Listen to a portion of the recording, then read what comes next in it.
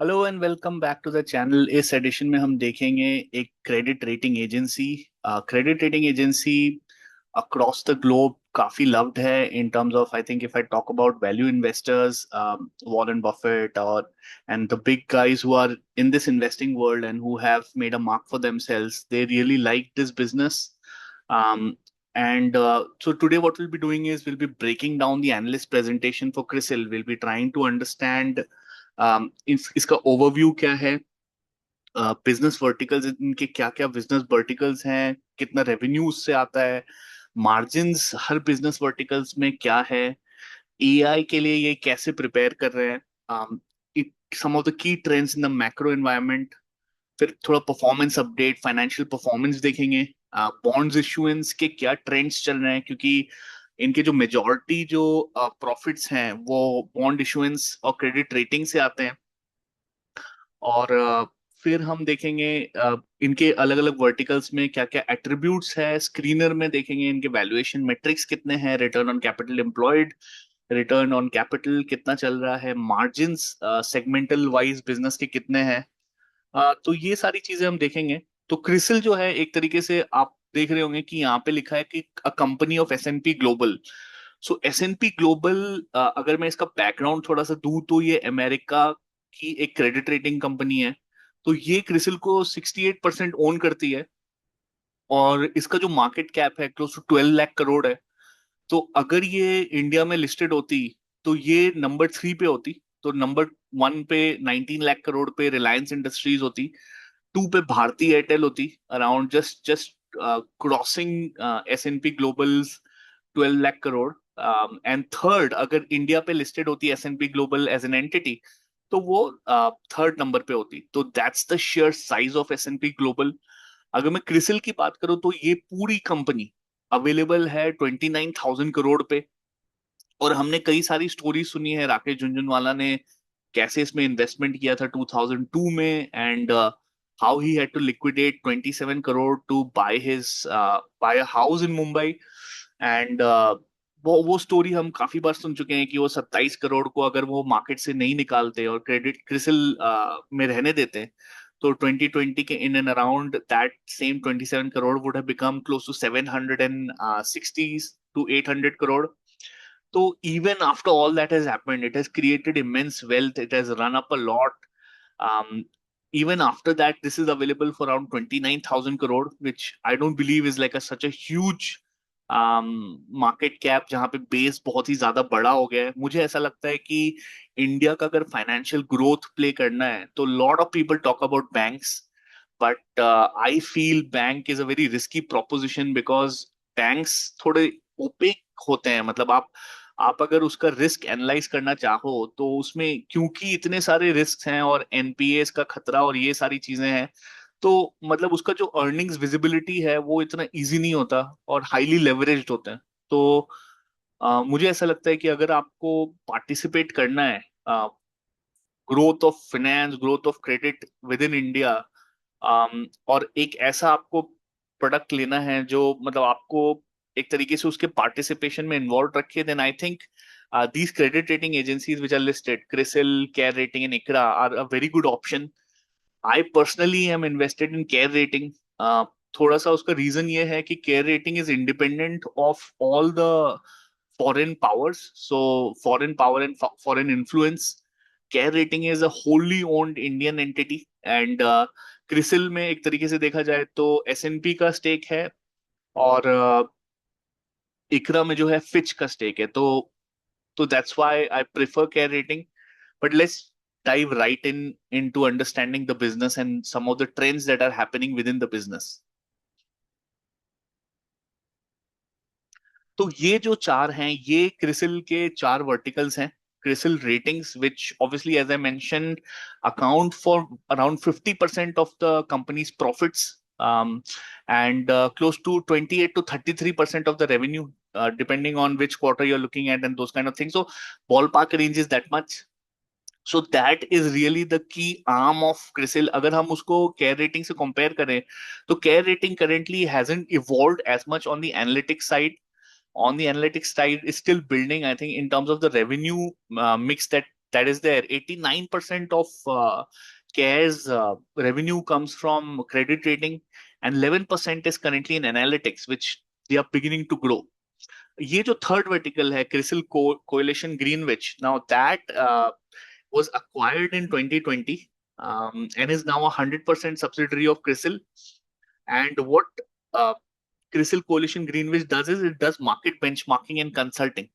So as you can see, offers strategic benchmarking, analytics, and insights to the initial financial services industry.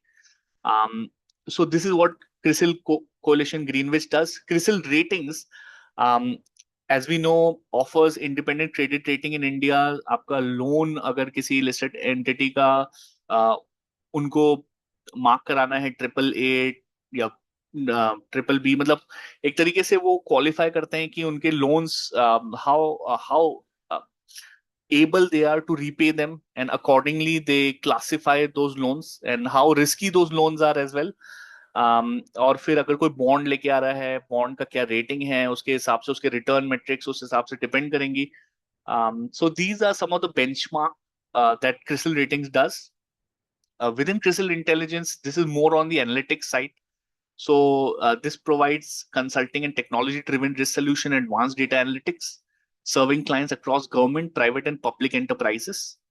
And within CRISIL, Integral IQ is where they have the actionable intelligence and financial issues. That is where the AI vertical sits. And all the AI-driven procurement and analytics sits within CRISIL Integral IQ. अगर हम इसका global presence देखें तो एक तरीके से because CRISIL has because S&P has a major stake in CRISIL, it gets benefit in the global market. Global market में उसको बेनिफिट मिलता है और एक तरीके से बहुत सारे रेफरल बिजनेस क्रिसिल इंडिया को मिलते हैं.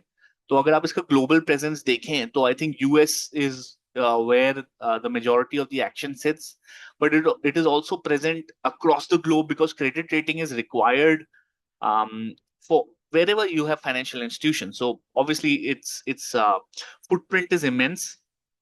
Within Mumbai, it's present. It's got its headquarters in within India. It's got its headquarters in Mumbai, but as you can see, it's also going down to Ahmedabad, Bengaluru, Chennai, Gurugram, Hyderabad, Kolkata, and Pune. It's also got its so if you see here, it's serving close to 11,400 clients across 40 countries now. So, and अगर हम इसको थोड़ा और deep में देखें, CRISIL Ratings has rated 7,200 plus companies, including 10 Indian banks, 10 NBFCs, and top 5 conglomerates. CRISIL Intelligence has served 50 plus banks in India, 300 corporates, 50 plus government entities, and within CRISIL Coalition Greenwich, top 20 global CIB banks, top 21 of 25 asset management firms.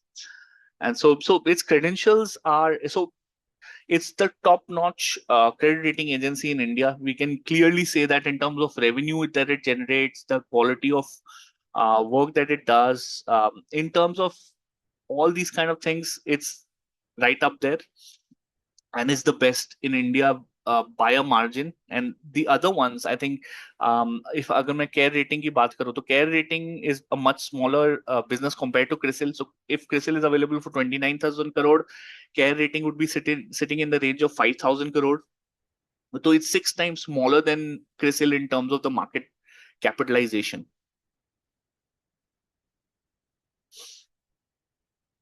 So these are some of the macro and business environment trends जो इन्होंने अपने presentation में डाला है. यहाँ पे इन्होंने GDP के numbers बताए हैं कि GDP numbers are in a way at 7.1% in fiscal 2027. Estimated inflation is on an average 4.5% and could further rise to 4.7%. Growth in the current fiscal will be supported by private consumption, gradually improving private investment and fiscal measures. Rupee has been under pressure, that we all know. I think the dollar to rupee ratio right now, I think 90, it's crossed 95 right now, as there's immense pressure on RBI to kind of take hold of this, take charge of this. But I think the crude oil situation and the foreign outflow is basically causing rupee to be under immense pressure. In terms of global trends, अगर हम देखें तो 3.2% का growth है 2026 में globally, and US economy is doing quite well, expected to grow at an above trend of 2.2% in 2026, and which will be driven by big tech and AI. And large global banks are expected to deliver growth in Q1 2026. Asset managers continue to focus on private markets and accelerated evolution of new Gen AI models with enhanced capability. So Gen AI, I think, will be a big growth driver, and within the risk जो इन्होंने mention out किए हैं, I think Gen AI is right up there, and any disruption caused by Gen AI is mentioned here. But I think finance industry will continue to require services of credit ratings. And the marking of financial assets as good, bad, or ugly, that will continue to happen. And the beautiful part, जो मेरे को इस business के बारे में पसंद है, वो ये है कि ये अगर रेटिंग दे भी दें तो इनका रेटिंग ऐसा नहीं है कि एकदम गॉड का रेटिंग है, मतलब ये गलत भी हो सकता है। और अगर ये गलत भी हुआ तो the downside risk is quite limited. So with in the IL&FS जो टर्मोइल हुआ था उसमें आई थिंक केयर रेटिंग को 1 करोड़ का पेनल्टी लगा था। बट अगर उसको लार्जर स्कीम ऑफ थिंग्स में देखें, revenue to penalty which is far and few in between, वो काफी एक छोटा नंबर है, और अपसाइड जो है वो काफी बड़ा है। आ, अगर मैं इसके रेटिंग्स बिजनेस के बारे में बात करूं तो क्वार्टरली इफ यू सी 50-50% की मार्जिन है। तो 50% की मार्जिन है, और फुल ईयर पे भी हम मैं दिखाऊंगा आई थिंक 50% की मार्जिन है।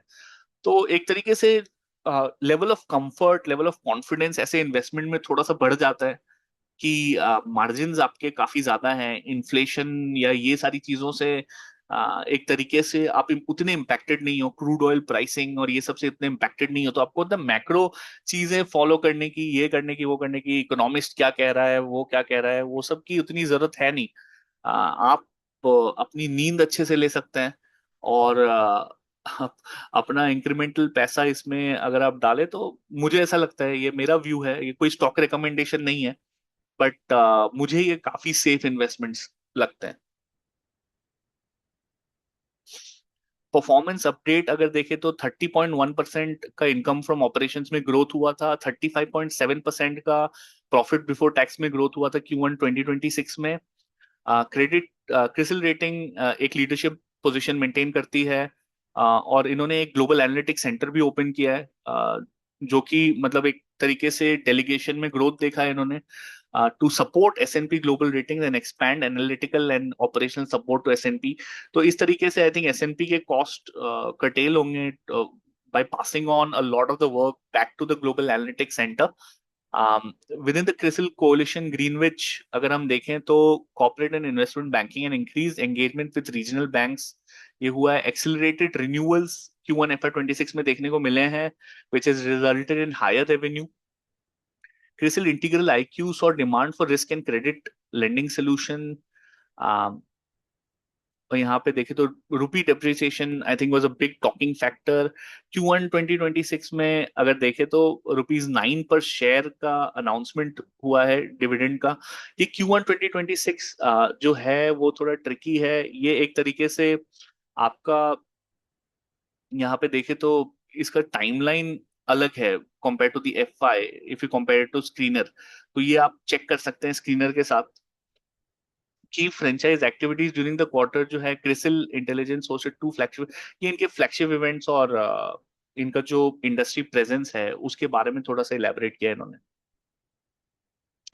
तो फाइनेंशियल्स अगर हम देखें तो ये मैं जो बात करते Q1 FY26 का, यहाँ पे आप देख सकते हैं कि प्रॉफिट बिफोर टैक्स जो है 308 करोड़ का है।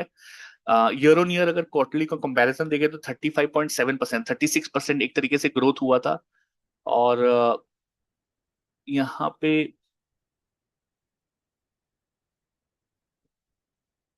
अगर ये 308 करोड़ को मैं यहाँ पे देखूं, तो आपको अगर टाइमलाइन समझना है तो ये देखिए मार्च 2026 जो है ये 308 करोड़ का है। तो एक्चुअली ये Q4 2026 है, बट इसमें इसमें इन्होंने Q1 2026 डिमार्केट करके रखा है। तो जस्ट टू बी क्लियर, ये जो है सारा नंबर Q4 2026 का है, राइट। यहाँ पे प्रॉफिट आफ्टर टैक्स भी अगर आप देखें तो 233 करोड़ का प्रॉफिट आफ्टर टैक्स है क्वार्टरली। और जिसमें 46% का ग्रोथ हुआ है। और अगर ईयरली लेवल पे देखें तो 766 करोड़ का profit after tax at a yearly level, जिसमें 12% का ग्रोथ हुआ है। और यहाँ पे अगर आप मार्जिन देखें तो काफी बढ़िया मार्जिन है। देखिए 3649 करोड़ के इनकम फ्रॉम ऑपरेशन पे 766 करोड़ का पैट हुआ है। तो these are some of the trends which are visible. यहाँ पे हो क्या रहा है कि बॉन्ड्स इशुएंस जो है एक तरीके से टू यहाँ पे अगर आप देखें तो 12% का ड्रॉप आया है compare to last year. And bond issuance quantum अगर ईयरली लेवल पे देखें तो काफी फ्लैटिश एक तरीके से स्ट्रक्चर रहा है। और बैंक का जो क्रेडिट ग्रोथ है रिसेंट पीरियड में, उसमें थोड़ा सा अपटिक देखने को मिला है, which is a good sign for the credit rating agencies. थोड़ा सा इन डेप्थ इनका अगर हम रेटिंग सर्विसेज परफॉर्मेंस हाइलाइट्स देखें तो 1078 करोड़ का इनकम फ्रॉम ऑपरेशंस हुआ है, जिसमें सेगमेंट प्रॉफिट 478 करोड़ का हुआ है। तो ऑन इट्स रेटिंग बिजनेस 44% का margin at a yearly level इनको देखने को मिला है। और क्वार्टरली अगर मैं बात करूं, ये जो आपका जैन फेम मार्च जेएफएम, जेएफएम जो है उसमें 2026 में आप देखेंगे 50.5% का एक तरीके से मार्जिन रहा है। तो अस्टाउंडिंग बिजनेस है I think in terms of generation of cash. एक तरीके से आपका क्रेडिट ऑफ टेक सही इन्फ्लेक्शन पॉइंट पे हो, और एक तरीके से अगर वो टेक ऑफ कर जाए तो मतलब शेयर होल्डर्स की चांदी है। तो वही है कि ये फ्यू ऑफ सिलेक्ट बिजनेसेस है। आई थिंक मैं क्रिस हॉर्न यूके के इन्वेस्टर का भी मैं पोर्टफोलियो देख रहा था, और वो मतलब यूके के वॉरेन बफेट कहलाते हैं। उनका जो टीसीआई फंड है वो मतलब the top performing funds UK में रहा है।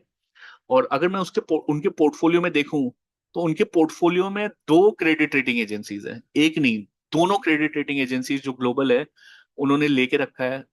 उनके और भी बिजनेसेस थे, आई थिंक इंफ्रास्ट्रक्चर और ये सारी बिजनेस, जैसे फॉर एग्जांपल उन्होंने स्पेन में एक एयरपोर्ट में इन्वेस्टमेंट करके रखा है। तो उनका मानना ये है कि चीजें जो है मतलब एक तड़कता भड़कता जो एनवायरनमेंट है, लोग people think of investing in data center AI, but the problem with this is it is very difficult to predict the winners.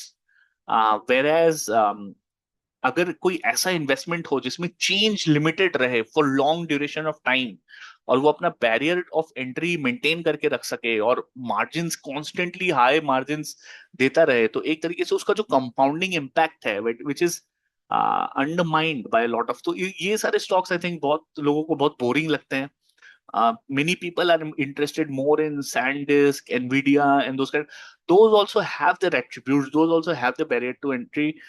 But some of the smaller ones in the technology space, it is very difficult to predict the winner. So, मेरा personally ये मानना है कि I would rather stay away from them than participate in a company. So for example अगर मैं example दूं, zoom एक तरीके से एक ऐसा प्रोडक्ट है जो कोविड में बहुत ही हाई लेवल पे चला गया था। मतलब उसके स्टॉक प्राइस और रेवेन्यूज और ये सारी चीजें काफी फास्ट तरीके से ग्रो कर रही थी। और किसी से भी आप पूछ ले तो माइक्रोसॉफ्ट टीम्स और जूम में अगर कंपैरिजन किया जाए तो zoom is a superior product.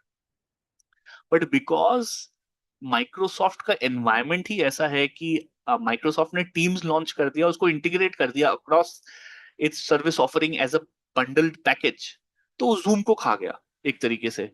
तो टेक्नोलॉजी स्पेस में ये बहुत होता है कि एक बड़ा कंपनी एक छोटे कंपनी को even if the product quality superior उसको खा जाता है। तो ये I think these are some of the things which I think qualitatively लोगों को एनालाइज करना बहुत जरूरी हो जाता है। People just look at the numbers, the ROC, but I think the approach first should be qualitative in trying to understand कि ये कंपनी अगले 5 साल 10 साल 15 साल में रहेगी कि नहीं, और एक तरीके से बैरियर बना के रखेगी कि नहीं। क्योंकि अगर ये बैरियर बना के नहीं रखेगी तो no matter how good the product is, we have seen the churn in the nifty, we have seen that, we have seen Hindustan Motors where it was and where it is right now।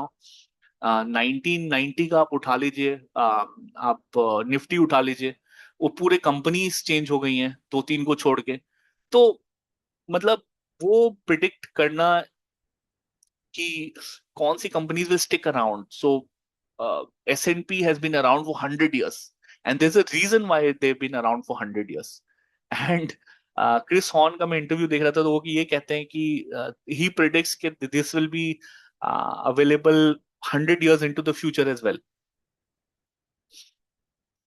तो इनका segment performance देखे तो NPS एक तरीके से a lot of people are becoming very interested in banks, and NPS में एक sharp downfall देखने को मिला है. बट मुझे पर्सनली काफी ओपेक लगता है ये पूरा बैंक का स्ट्रक्चर, बिकॉज मुझे ऐसा लगता है कि अब कब एनपीए शूट अप हो जाए. और it's very difficult to see through कि मतलब आप रिटेल लेंडिंग कर रहे हैं, कॉर्पोरेट लेंडिंग कर रहे हैं, उस कॉर्पोरेट लेंडिंग का एसेट क्वालिटी थोड़ा सा मतलब वो सब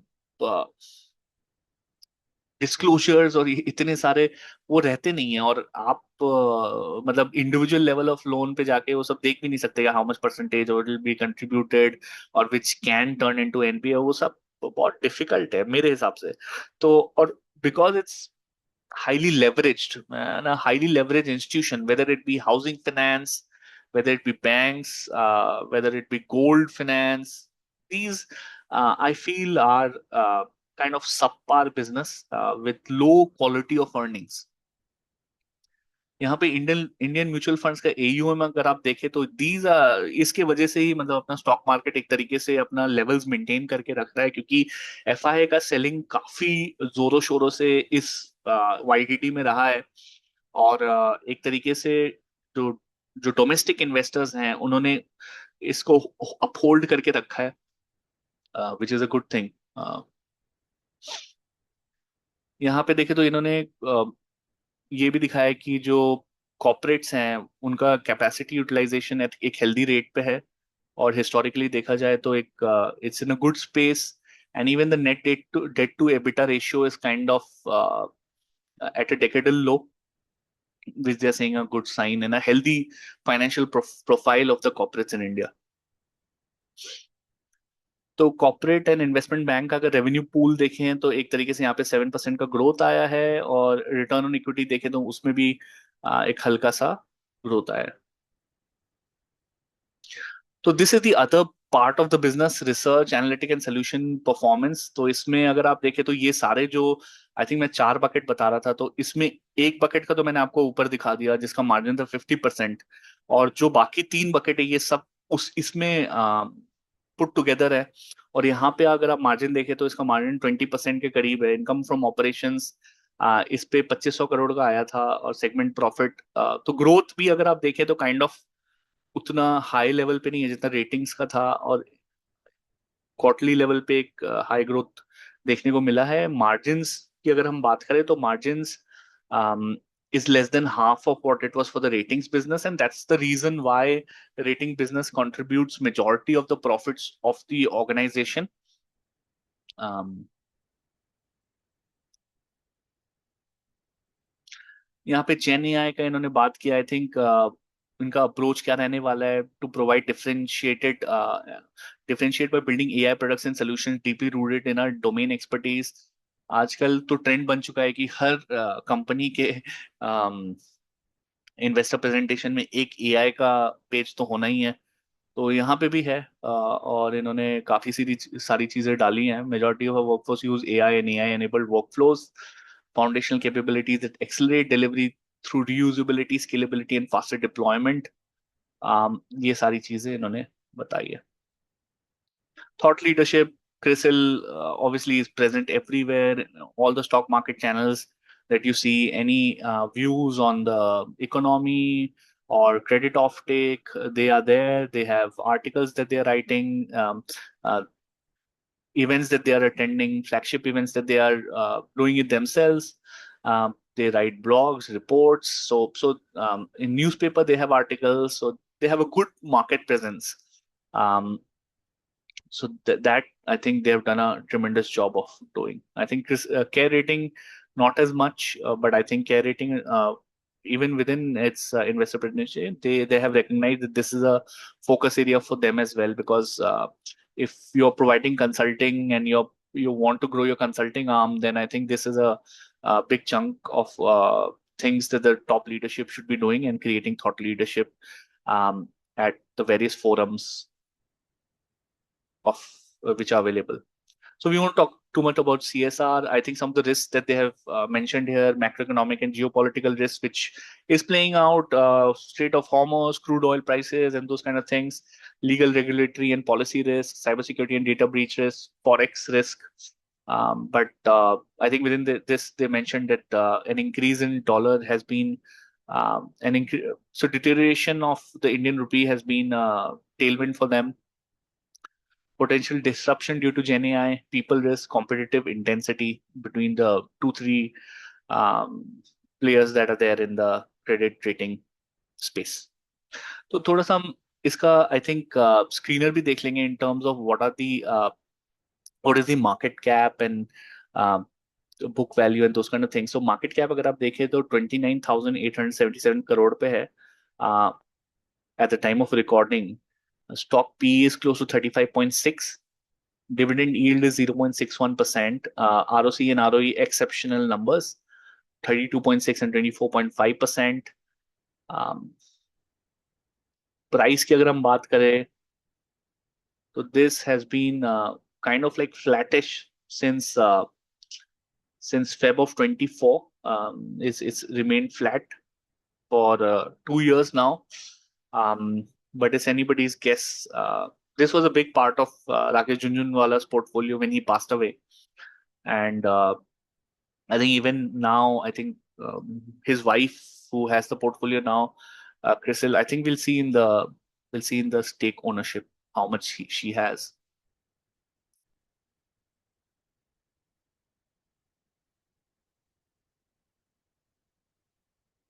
So on a trailing 12-month basis, 3,893 crore worth of sales, 839 crore worth of net profit. Impeccable business. The margins are impeccable. OPM percentage of 30%. Very rare to see. अगर आप यहाँ पे देखिए, compounded sales growth has been quite like flattish. Profit growth also has been flattish. The stock price has taken a 20% beating, and return on equity has been absolutely like people look for 15%.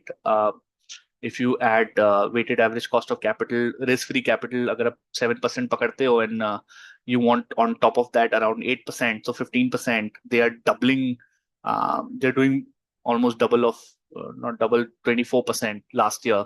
So that is the return on equity that they are maintaining. On the cash flows, so they have a good cash from operating activity, close to 756 crore. And here, if you see the public, so Rekha Jhunjhunwala, she owns close to 5.19% of CRISIL still. And in terms of some of the FIIs which are there, I think Brown Capital Management International has kind of gone below 1%, or either they have liquidated it to zero or gone below 1%, because of which it's not visible for March 2026.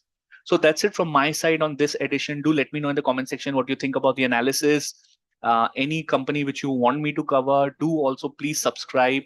We see that 99% of the people who visit our channel do not subscribe. Your subscription goes a long way in giving me encouragement to do analysis different from what the TV channels do, which is short-term trading and those kind of things. I'm looking at it at a much wider horizon, much longer horizon. Please do like, share, and subscribe. And thank you so much, and have a great day ahead.